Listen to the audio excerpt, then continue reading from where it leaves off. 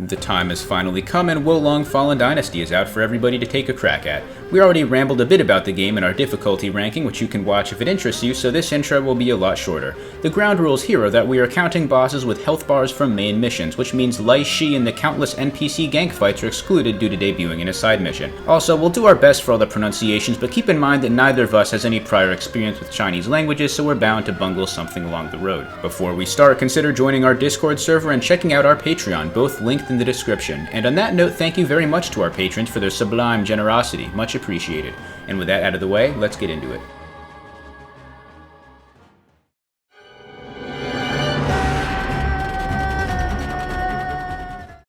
When I got into bed last night, I went into a very deep meditation, focusing on the things in the world I enjoy the most.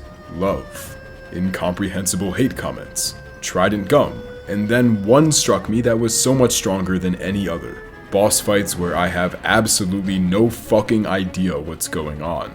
I mean, surely I'm not alone when I say that I'd rather fight a fucked up blob of hair and spikes and other miscellaneous bullshit than like Artorias or Gale. Right? Right?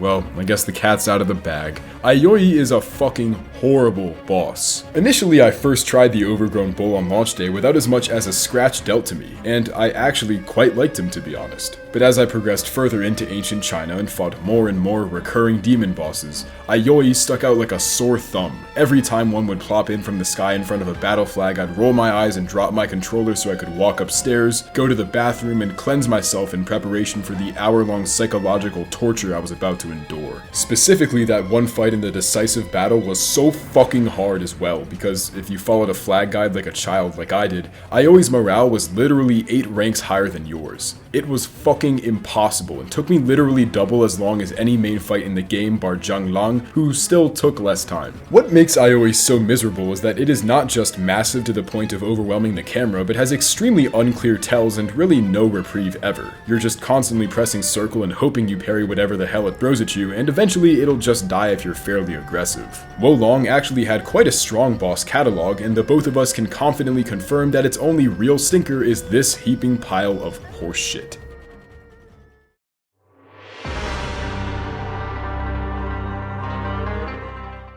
Oh no! My beloved ally has been turned into an evil creature by the Taoist in Black's patented Behelit on a stick technology.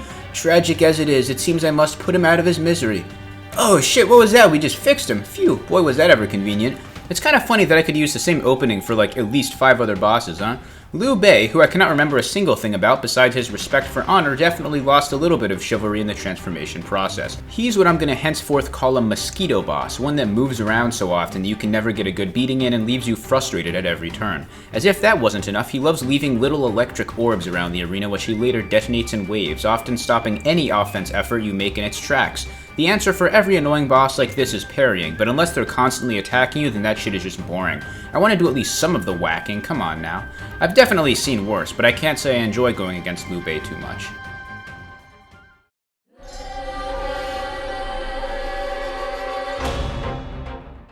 I had a whole segment planned here about all the nude animal woman bosses from the Soul series, but after reading it over, it was pretty odd, so I'll just start with Baish is an alright fight. But once again, she falls into the impossible to tell what to parry category of bosses. However, due to her being a sub-boss of Zhang Nong's level, she's really easy, especially because her morale rank is only 8. If you got all the flags like I did and made use of the NPC the game gives you at the start of Fall of the Corrupted Eunuch, this sexy snake should be done and dusted in no time.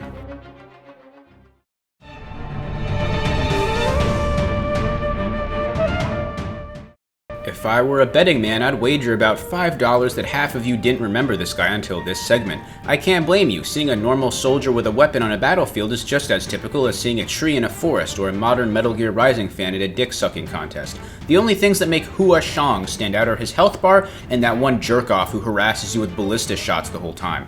I support every imaginable punishment being inflicted unto this motherfucker. Get him out of here.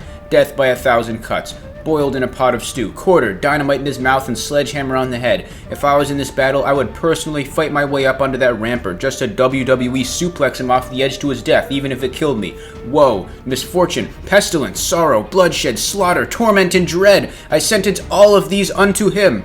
This Hua Shang needs better friends. Maybe his fight wouldn't suck ass if he didn't hang out with people like this.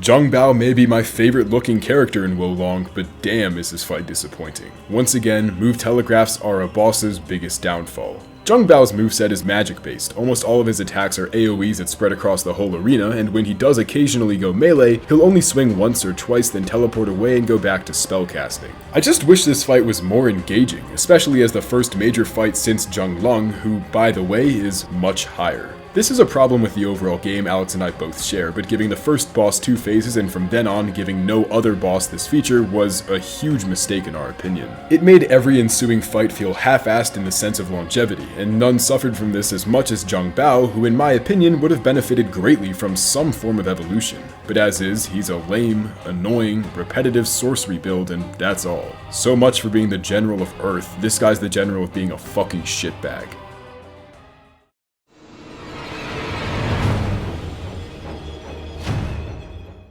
Sometimes simplicity is nice. Feng Shi is a giant evil boar who Zhang Bao uses to execute people despite being capable of instantly incinerating people without even expending effort. I don't know, maybe he just thinks death by boar is cooler. Whatever the reason, it's good news for prisoners because this boar is considerably less irritating to fight than the General of Earth. For starters, he doesn't teleport around every 2 seconds and whip out high damage fire incantations without warning. That's a start. It's a nice balance of parrying charges and hacking him into pork chops that make this fight a solid entry into the mini-boss catalog.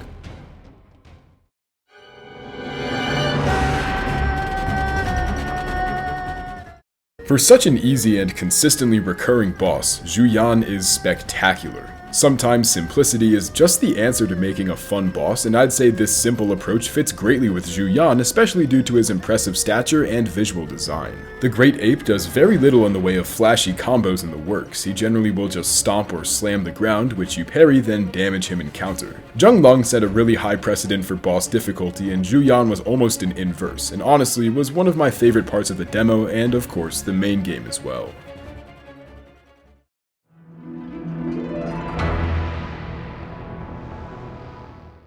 Damn, right in the eye. For a random goon, that guy had some solid aim. This fight is similar to Liu Bei in terms of what my gripes are, but they are severely less prominent. He's still a rather slippery fellow with chronic elemental damage active, but he spends a bit less time hovering out of reach in the air, which goes a long ways towards making it entertaining. Apparently he is meant to have become the vermilion bird, which reminds me that the word vermilion exists and is a super cool synonym for red to have in my lexicon. I was getting bored of using crimson anyways, good riddance. If he stood still more, this would be a much better fight, but as it is, remains just shy of the upper half of the list.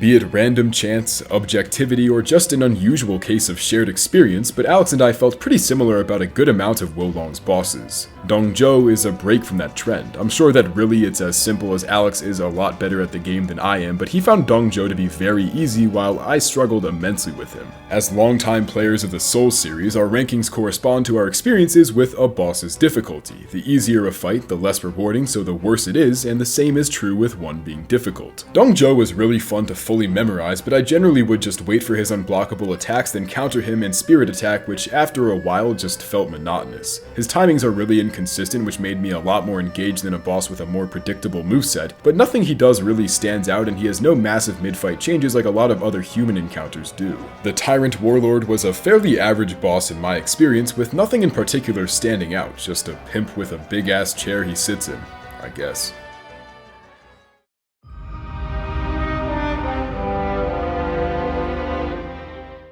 Yuan Shao, despite his intimidating looks, is mostly just a cool-looking sandbag. His attacks seem to miss even when I'm barely trying to dodge, and whenever they do connect, they barely do anything. I find him absolutely hilarious to the point of endearment, similarly to how I feel about fights like the Skeleton Lords and High Lord Wolnir. He spends a lot of time outright facing the wrong way, which renders that large shield of his virtually useless. Even if he didn't have his penchant for getting flogged from behind, you can break his shield just by hitting it enough times, which makes it even less challenging. While pathetic he may be, I'd be lying if I said I didn't enjoy beating on him.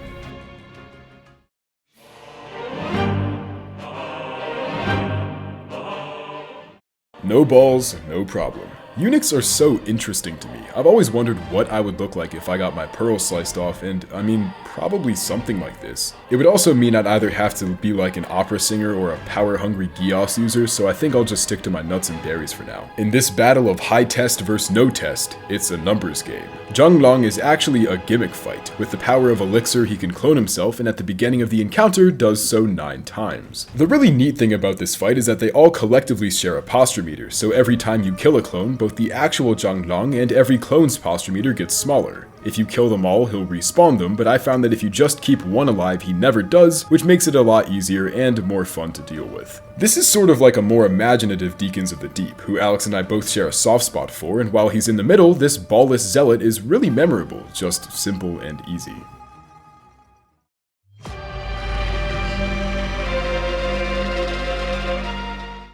This is probably a really divisive placement. While it may be the darling of many players, no doubt due to it being one of the first fights we were ever shown before the game launched, I'm a bit more lukewarm on it. It's still good, don't get me wrong, but I think treating it like boss fight royalty is a bit of a stretch. The horse phase is inoffensive once you get it down. You mostly just parry and nail him with spirit attacks, and before long he gets sent flying on his ass some ways away. This is where things get a bit dicey. His damage output values feel really weirdly balanced, with them doing slightly low damage most of the time, but upon catching fire, suddenly they become devastating tools of torment. Like, look at this, if you get caught by that incredibly awkward to time crushing blow where he drags his weapon on the ground, it is over, boyo. Enjoy getting thrashed for 80% of your health and lit on fire.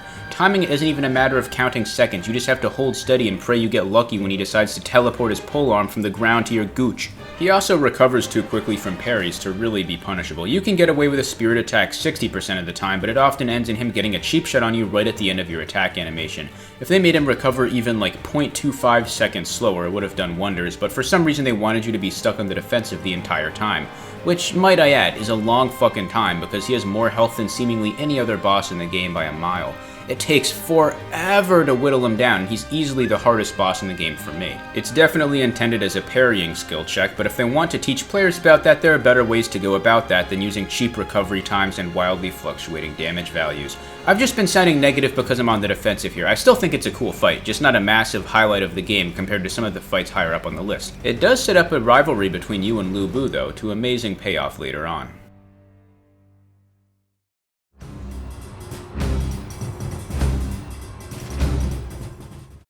We've gone from Ornstein and Smo to Yan Lang and Wen Chou.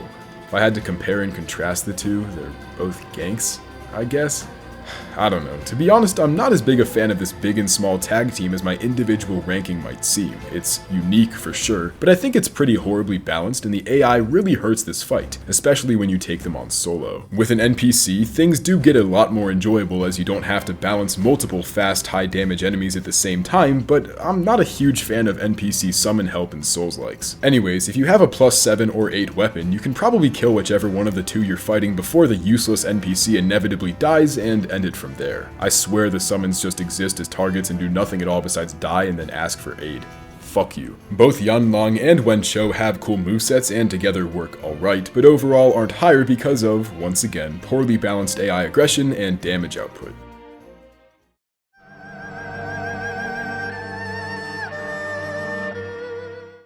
No! Not Sun Jian! He was my favorite guy with a sword who talked sometimes and did things. No, I can't believe those bastards did this to him. My emotions were flaring when it was finally time to join forces with his 2 sons to avenge him.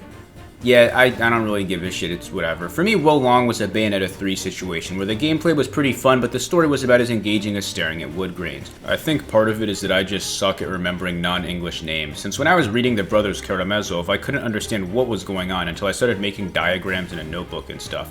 It seems like Chinese has a similar patronymic system, which definitely wasn't doing me any favors. Other than one guy being a drunk, I couldn't name a single character trait of any other character besides loyalty or being evil.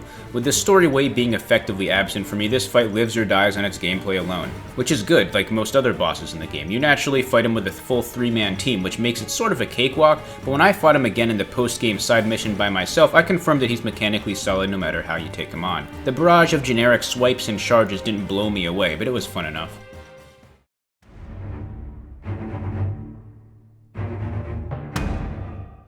Zhang Lao is awesome and also has the best Divine Beast in the game, meaning he uses it against you in his last stand. The Way of the Warrior gives you 2 NPCs, and not just any 2, but Zhang Fei and Liu Bei, the only 2 actually worth keeping around. They are insanely helpful in this fight. I personally didn't struggle a ton with Zhang Lao because of this, but when he was focused on me due to his rapid movements, spins, and very quick attacks, I was definitely more on edge. I also think visually lightning is just really cool. I always use gold pine resin when possible, so naturally I'm inclined to like this fight. I was sort of lost by this point on what happened in the lore, but from what I gathered, you don't end up killing Zhang Lao, instead converting him to your side of the war, which is cool. What you get for overcoming this decently hard fight is once again the best Divine Beast in the game, a rightful reward for a difficult and fun boss.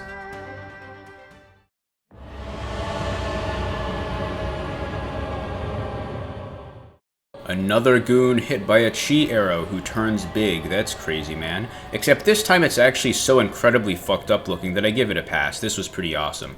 This whole shtick never fails to remind me of Kamek buffing random animals in the Yoshi's Island games, though. It's almost comical how many of the bosses can be generalized as Guy gets hit by a Lexer and turns fucked up. Boom, boom, boom, wow, wow, wow. That's crazy, dude. Wow. At this point, it's just as formulaic as Scooby-Doo or G.I. Joe Saturday morning cartoons. You know exactly what's going to happen before you set a single toe into the boss room. It was nice of the devs to put in a couple bosses who let you wail on them a bit, but Towdy is definitely the best of this lot. Parrying his moves is immensely satisfying due to how powerful they look, and the special critical blows are really neat. That said, I have a question for everybody watching. Did you pick up on the fact that you had to scale him like a platform the first time, or did it take you a bit? Jack and I were both a bit slow on the uptake here, so I'm praying this is universal and that we aren't just buffoons. It's also one of 3 bosses to have multiple phases, which is cool. Really strange that they did that with the first boss, considering it almost never happens again after that. While he may be a level of difficulty comparable to Pinwheel, Towdy is so cool that I dig him anyway.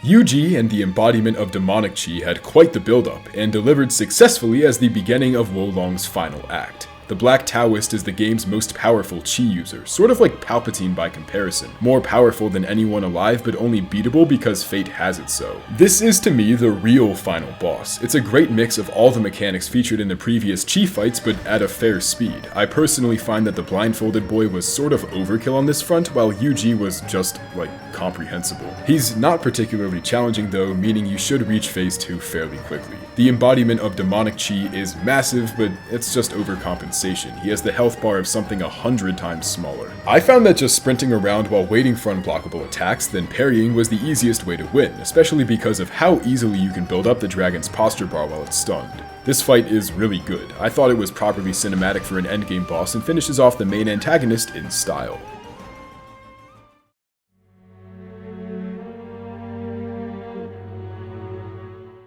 Despite freeing the blindfolded boy from his imprisonment courtesy of Yuji, he's still possessed by him because, I don't know, I was probably scrolling Instagram on my phone when they explained this part. Whatever the reason may be, this fight is a welcome addition to the finale because Yuji, while inoffensive, was a bit too easy to send things off in a satisfactory manner. The same complaint could not be said of the blindfolded boy, who is in the mood for some brutal violation thanks to the influence of the Taoist in black. He's not actually a relentless spaz like Zhang Lao, but more so a methodical and graceful fighter. He flies around like Puppet Zelda from Twilight Princess and casts spells in a similar manner too.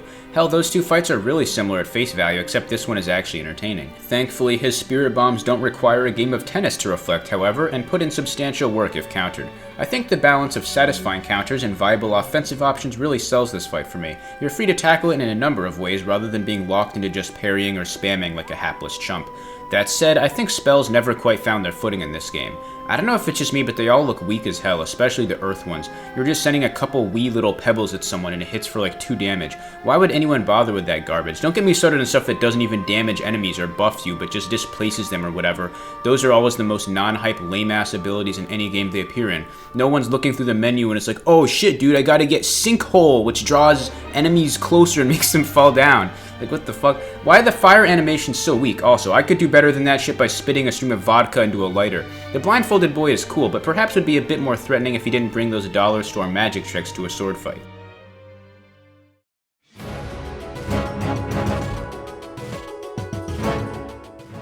When the demo first launched, Alex texted me about how hard but also dope the first boss of Wolong was. Keep in mind, just recently I third tried Ishin the Sword Saint, so with my ego I blew it off like, pfft, whatever, but yeah. Holy fuck is this fight hard. Of course, our perspective is a bit warped because Zhang Lang is the first boss, so I'm sure now, with a whole playthrough under our belts, he wouldn't be nearly as intimidating, but this is what makes him so good.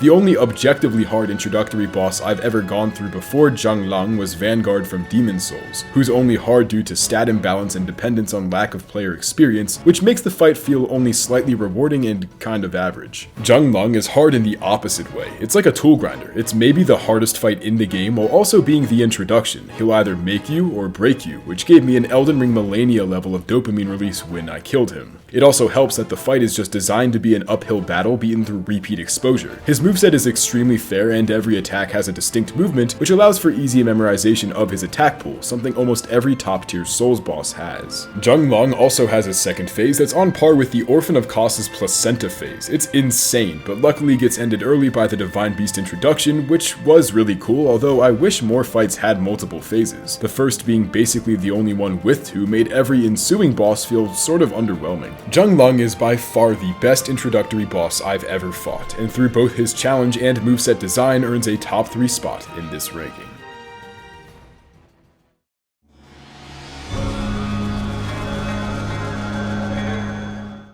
The moment I started fighting this guy, my first thought was, oh shit, it's like Electric Vicar Amelia, that's cool.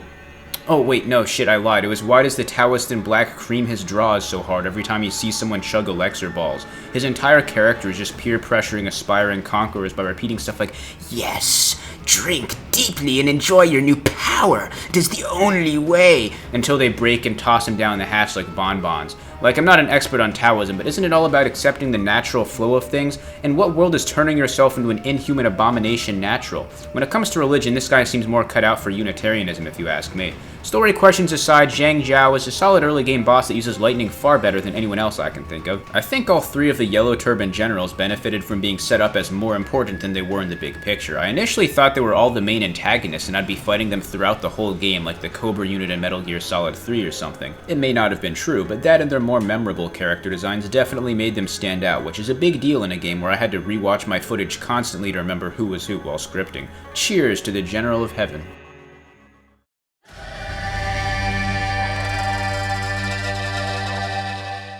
Coolest character, best boss. Lu Bu's dramatic second encounter was easily Wolong's best fight. It's just the definition of awesome. With a ball of elixir, the great warrior transforms into a fiery demon, half man, half horse. Like his first fight, he has different modes, one normal and one on fire. His fire phase is definitely cooler, but the trade-off is that it is significantly harder and does a lot more damage, although to be honest, I was sort of in my bag during this fight and managed both phases fairly well. If you've yet to notice, the longer we've gone on, the more clear a boss's tells are, and the more engaging their movesets are in tandem. And simply, this is the very best of both worlds. No boss can compare to Lu Bu's second fight, and it easily wins out as the best boss in Wolong Fallen Dynasty. Thanks so much for watching, and I hope you enjoyed. We'll cover the DLC to this game once it's all released in December, or whenever it was they said it'd be out, so keep an eye out for that down the road. Stay tuned each Wednesday for more uploads, and be sure to check out our Patreon and Discord linked in the description below. That's all for now. Deuces.